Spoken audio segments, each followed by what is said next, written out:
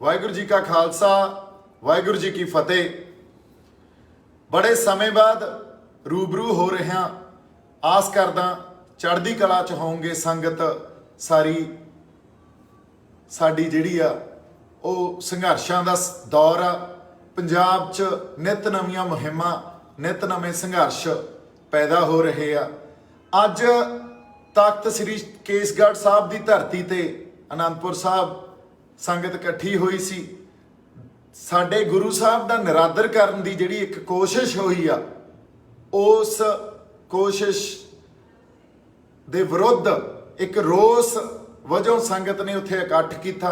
ਉੱਥੇ ਮੈਂ ਇੱਕ ਗੱਲ ਕਹੀ ਜਿਹਦੀ ਹੁਣ ਬੜੀ ਵੱਡੀ ਇਹ ਐਲਾਨੀਆਂ ਤੌਰ ਤੇ ਪ੍ਰਚਾਰੀ ਜਾ ਰਹੀ ਆ ਵੀ ਦੀਪ ਸਿੱਧੂ ਕਿਸਾਨੀ ਸੰਘਰਸ਼ 'ਚ ਜਿਹੜੀਆਂ ਜਾਨਾਂ ਗਈਆਂ ਉਹਨਾਂ ਨੂੰ ਸ਼ਹੀਦ ਨਹੀਂ ਮੰਨਦਾ। ਇਹ ਗੱਲ ਸੱਚੀ ਆ। ਦੇਖੋ, ਗੱਲਾਂ ਨੂੰ ਸਮਝਣ ਦੀ ਕੋਸ਼ਿਸ਼ ਕਰੀਏ। ਕਿਸਾਨੀ ਸੰਘਰਸ਼ 'ਚ ਅਸੀਂ ਅੱਜ ਵੀ ਜੁੜੇ ਆ। ਉਸ ਸੰਘਰਸ਼ ਦੇ ਨਾਲ ਸਾਡੀ ਹੋਂਦ ਜੁੜੀ ਆ, ਸਾਡੀ ਹੋਂਦ ਦੀ ਲੜਾਈ ਆ। ਜਦੋਂ ਕੌਮਾਂ ਹੋਂਦ ਦੀ ਲੜਾਈ ਲੜਦੀਆਂ ਹੋਣ ਉਦੋਂ ਅਸੀਂ ਆਪਦੇ ਫਲਸਫੇ, ਆਪਦੇ ਰਹਿਬਰਾਂ ਦੇ ਦਿੱਤੇ, ਸਾਡੇ ਗੁਰੂਆਂ ਦੇ ਦਿੱਤੇ ਸਿਧਾਂਤ, ਉਹਨਾਂ ਦੇ ਨਾਲ ਤਾਂ ਸਮਝੌਤੇ ਨਹੀਂ ਕਰਦੇ। ਅਸੀਂ ਸ਼ਹਾਦਤ ਦੇ ਅਰਥਾਂ ਨੂੰ, ਜਿਹੜੀ ਉਹਦੀ ਪਾਕੀਜ਼ਗੀ ਆ, ਉਹਦੀ ਪਵਿੱਤਰਤਾ, ਸਾਨੂੰ ਇਹ ਪਤਾ ਸ਼ਹੀਦ ਕੌਣ ਹੁੰਦਾ। ਜਦੋਂ ਅਸੀਂ ਸ੍ਰੀ ਗੁਰੂ ਅਰਜਨ ਦੇਵ ਪਾਤਸ਼ਾਹ ਨੂੰ ਸ਼ਹੀਦਾਂ ਦਾ ਦਰਜਾ ਦਿੱਤਾ ਜਾਂ ਸ਼ਹੀਦਾਂ ਦਾ ਸਰਤਾਜ ਕਿਹਾ ਉਹਨਾਂ ਨੂੰ, ਸੋ ਸ਼ਹਾਦਤ ਦੀ ਪਰਿਭਾਸ਼ਾ ਤਾਂ ਸ੍ਰੀ ਗੁਰੂ ਅਰਜਨ ਦੇਵ ਪਾਤਸ਼ਾਹ ਨੇ ਸਾਨੂੰ ਸਮਝਾਤੀ। ਫਿਰ 9ਵੇਂ ਪਾਤਸ਼ਾਹ ਨੇ ਜਾਂ ਸਾਡੇ ਸ਼ਹੀਦ ਸਿੰਘਾਂ ਨੇ ਸਾਨੂੰ ਸ਼ਹਾਦਤ ਦੀ ਪਰਿਭਾਸ਼ਾ ਸਮਝਾਤੀ। ਉਹਦੀ ਪਾਕੀਜ਼ਗੀ ਤੇ ਉਹਦੀ ਪਵਿੱਤਰਤਾ ਕੀ ਹੈ ਸ਼ਹਾਦਤ ਦੀ, ਇਹ ਸਾਨੂੰ ਪਤਾ ਵੀ ਸਾਹਮਣੇ ਜੰਗ ਆ, ਇਹੋ ਜਿਹੀ ਜੰਗ ਆ ਜਿੱਥੇ ਸਿਰ ਦੇਣਾ ਪੈਣਾ। ਤੇ ਉੱਥੇ ਪਰਵਾਨੇ ਦੀ ਤਰ੍ਹਾਂ, ਜਿਵੇਂ ਕਿਸੇ ਬਲਦੀ ਲਾਟ 'ਚ ਪਰਵਾਨਾ ਜਾ ਕੇ ਅੰਦਰ ਆਪਦੀ ਜਾਨ ਦੇ ਦਿੰਦਾ, ਉਵੇਂ ਬਲਦੀ ਲਾਟ 'ਚ ਆਪਦੀ ਜਾ ਕੇ ਛਾਲ ਮਾਰਨੀ ਆ ਤੇ ਉਹਨੂੰ ਤਾਂ ਆਪਾਂ ਸ਼ਹਾਦਤ ਦਾ ਦਰਜਾ ਦਿੱਤਾ ਜਾ ਸਕਦਾ।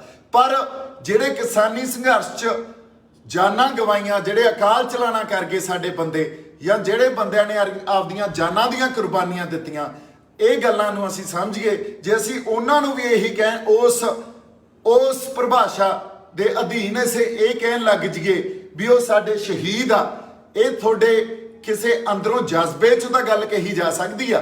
ਪਰ ਜੇ ਸ਼ਹਾਦਤ ਦੇ ਇੱਕ ਕਸੌਟੀ ਤੇ ਇਸ ਗੱਲ ਨੂੰ ਪਰਖੀਏ, ਉਹਦੇ ਸਿਧਾਂਤਾਂ ਤੇ ਪਰਖੀ, ਤਾਂ ਇਹ ਖਰੀ ਨਹੀਂ ਆ। ਕਿਉਂਕਿ ਫਿਰ ਇਸ ਤਰ੍ਹਾਂ ਤਾਂ ਸਾਡੇ ਗੁਰੂ ਪਾਤਸ਼ਾਹ 'ਚ ਜਾਂ ਕਰਤਾਰ ਸਿੰਘ ਸਰਾਭੇ 'ਚ ਜਾਂ ਭਗਤ ਸਿੰਘ, ਇਹਨਾਂ ਬੰਦਿਆਂ ਦਾ ਤੇ ਸਾਡਿਆਂ ਦਾ ਤਾਂ ਕੋਈ ਫਰਕ ਹੀ ਨਹੀਂ ਰਹਿ ਜਾਣਾ। ਸੋ ਗੱਲ ਇਹ ਆ, ਅਸੀਂ ਅੰਦਰੋਂ ਇੱਕ ਜਜ਼ਬੇ ਦੇ ਆਧਾਰ ਤੇ ਤਾਂ ਸਾਰੀਆਂ ਉਹ ਜਾਨਾਂ ਨਾਲ, ਜਿਹੜੀਆਂ ਜਾਨਾਂ ਗਈਆਂ, ਜਿਹੜੇ ਕੁਰਬਾਨ ਕਰ ਗਏ ਆਪਦੇ ਆਪ ਨੂੰ ਕਿਸਾਨੀ ਸੰਘਰਸ਼ 'ਚ, ਜਾਂ ਉਹਨਾਂ ਦੇ ਪਰਿਵਾਰਾਂ ਨਾਲ ਜੁੜੇ ਹੋਏ ਆ। ਮੈਂ ਵੀ ਉਹਨਾਂ ਹੀ ਜੁੜਿਆ ਹੋਇਆ।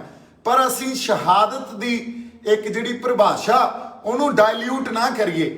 ਸ਼ਹਾਦਤ ਦੀ ਪਰਿਭਾਸ਼ਾ ਜਿਹੜੀ ਸਾਡੇ ਰਹਿਬਰਾਂ ਨੇ, ਸਾਡੇ ਗੁਰੂਆਂ ਨੇ ਇੱਕ ਉਹਦਾ ਮਿਆਰ ਸਾਡੇ ਲਈ ਮਿੱਥ ਕੇ, ਜਾਂ ਇਹ ਕਹਿ ਲਓ ਵੀ ਉਹ ਮਿੱਥ ਸਿਰਜੇ ਹੋਏ ਆ, ਸਾਜਿਆ ਹੋਇਆ। ਜੇ ਅਸੀਂ ਉਹਨੂੰ ਡਾਇਲਿਊਟ ਕਰਨ ਲੱਗ ਗਏ ਤਾਂ ਫਿਰ ਜਿਹੜੇ ਉਦੋਂ ਬਾਅਦ ਵੀ ਸਾਡੇ ਲਈ ਸ਼ਹੀਦ, ਜਾਂ ਉਹ ਜਿਹੜੇ ਸਤਿਕਾਰਯੋਗ ਸ਼ਹਾਦਤ ਆਪਦਾ ਆਪਾ ਵਾਰ ਗਏ, ਆਪਦੇ ਪਰਿਵਾਰ ਵਾਰ ਗਏ, ਸਭ ਕੁਝ ਵਾਰ ਗਏ ਜਿਹੜੇ ਸਾਡੇ ਸਿੰਘ ਸ਼ਹੀਦ, ਫਿਰ ਉਹਨਾਂ ਦਾ ਦਰਜਾ ਸਾਡੇ ਲਈ ਕੀ ਰਹਿ ਜਾਊਗਾ? ਫਿਰ ਤਾਂ ਕੋਈ ਇਹ ਗੱਲ ਹੀ ਸਾਰੀ ਖਤਮ ਹੋ ਜੂ। ਜਿੱਥੋਂ ਅਸੀਂ ਸੇਧ ਲੈਣੀ ਆ ਸਾਡੇ ਇਤਿਹਾਸ 'ਚੋਂ, ਇਹ ਤਾਂ ਖੋਰਾ ਬੜਾ ਵੱਡਾ ਲੱਗ ਜੂਗਾ। ਸੋ ਗੱਲ ਇਹ ਕਿੱਥੇ ਅੱਜ ਹੋਈ ਸੀ, ਇਹ ਕਿਸੇ ਹੋਰ ਸੰਦਰਭ 'ਚ ਗੱਲ ਹੋਈ ਆ ਵੀ ਸ਼ਹਾਦਤ ਦੇ ਅਸਲ ਜਿਹੜੇ ਅਰਥ ਆ ਉਹਨਾਂ ਨੂੰ ਸਮਝ ਗਏ ਅਸੀਂ। ਇਹ ਬੰਦੇ ਸਾਡੇ ਆਪਦੀਆਂ ਜਾਨਾਂ ਕੁਰਬਾਨ ਕਰ ਗਏ। ਇਹ ਜਾਨਾਂ ਕੁਰਬਾਨ ਕਰ ਗਏ ਕਿਉਂਕਿ ਇਹਨਾਂ ਤੇ ਜਿਹੜਾ ਜ਼ੁਲਮ ਹੋਇਆ ਉਹ ਸਰਕਾਰਾਂ ਨੇ ਕੀਤਾ। ਉਹ ਹੁਣ ਦੀ ਇਸ ਮੌਜੂਦਾ ਬੀਜੇਪੀ ਸਰਕਾਰ ਨੇ ਉਹਨਾਂ ਦੇ ਜ਼ੁਲਮ ਦੇ ਕਰਕੇ ਇਹ ਜਾਨਾਂ ਕੁਰਬਾਨ ਕਰ ਗਏ। ਅਸੀਂ ਇਹਨਾਂ ਨੂੰ ਨਤਮਸਤਕ ਆ। ਇਹਨਾਂ ਦੇ ਲਈ ਵੀ ਸਾਡਾ ਸਿਰ ਝੁਕਦਾ ਜਿਹੜੇ ਆਪਦਾ ਆਪਾ ਵਾਰ ਗਏ। ਪਰ ਇਹਨਾਂ ਨੂੰ ਸ਼ਹੀਦੀ ਜਾਂ ਸ਼ਹਾਦਤ ਦੇ ਕਸੌਟੀ ਜਾਂ ਉਹਨਾਂ ਸਿਧਾਂਤਾਂ ਤੇ ਆਪਾਂ ਪਰਖੀਏ ਤਾਂ ਮੇਰੇ ਖਿਆਲ 'ਚ ਫਿਰ ਤਾਂ ਜਿਹੜੇ ਸਾਡੇ ਕਰਤਾਰ ਸਿੰਘ ਸਰਾਭੇ ਵਰਗੇ, ਭਗਤ ਸਿੰਘ ਵਰਗੇ, ਫਿਰ ਉਹਨਾਂ ਨੂੰ ਕਿੱਥੇ ਰੱਖਾਂਗੇ? ਕੋਈ ਤਾਂ ਯਾਰ ਫਰਕ ਰੱਖੀਏ ਆਪਾਂ ਇਹਨਾਂ ਗੱਲਾਂ 'ਚ।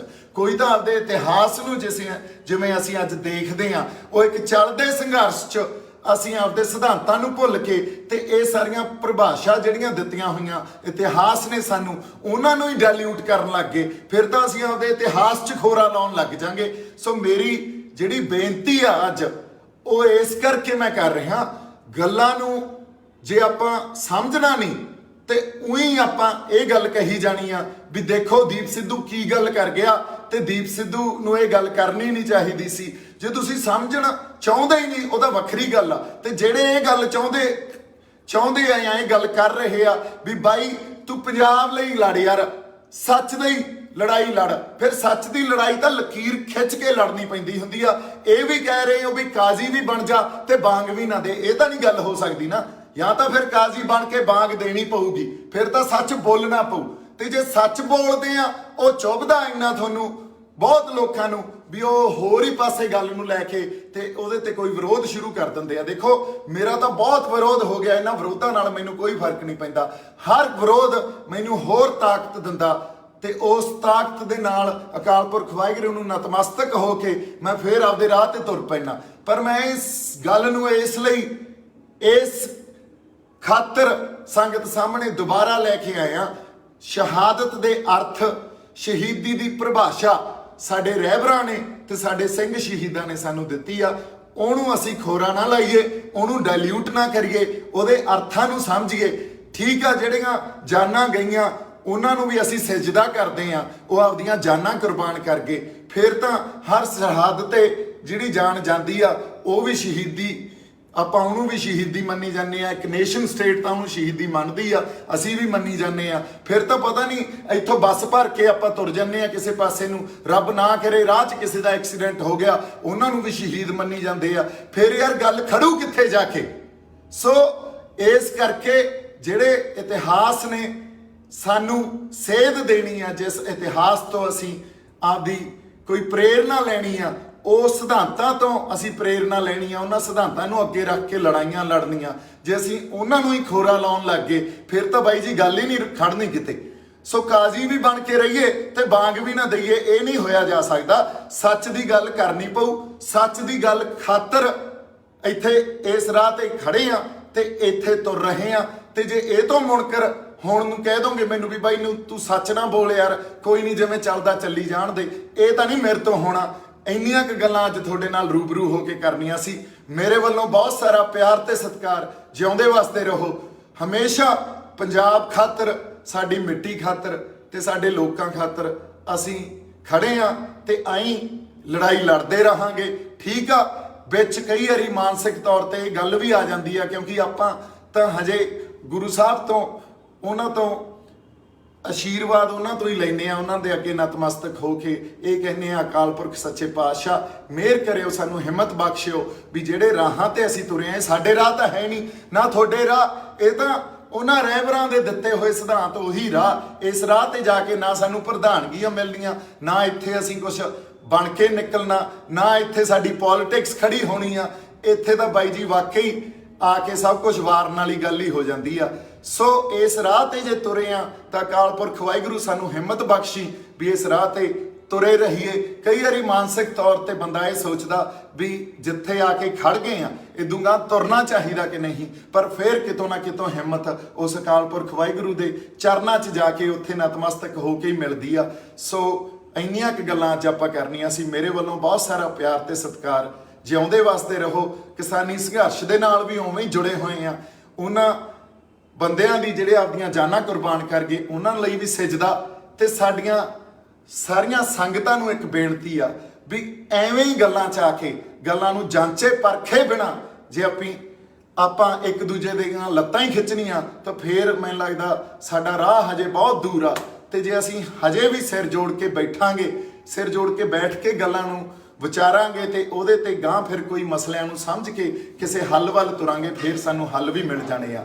ਮੇਰੇ ਵੱਲੋਂ ਬਹੁਤ ਸਾਰਾ ਪਿਆਰ ਸਤਿਕਾਰ। ਵਾਹਿਗੁਰੂ ਜੀ ਕਾ ਖਾਲਸਾ, ਵਾਹਿਗੁਰੂ ਜੀ ਕੀ ਫਤਿਹ।